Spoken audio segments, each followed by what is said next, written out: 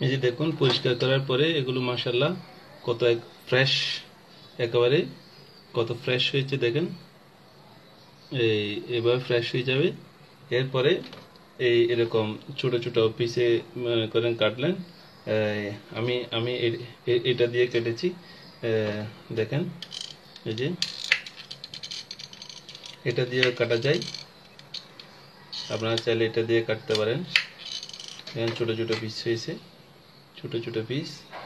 আবার চাইলে এরকম এটা দিয়েও আপনারা কাটতে পারেন।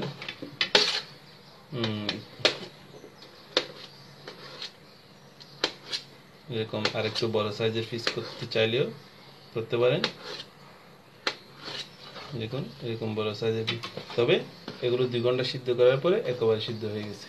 সবচেয়ে বড় কথা হচ্ছে আমরা যদি ওই 2 ঘন্টা 2.5 ঘন্টা সিদ্ধ করার পরে উপরে চামড়াটা, পশমটা এবং জুড়ে ধরে টান মারি, তাহলে একেবারে এরকম ক্লিয়ার হয়ে যাবে। আর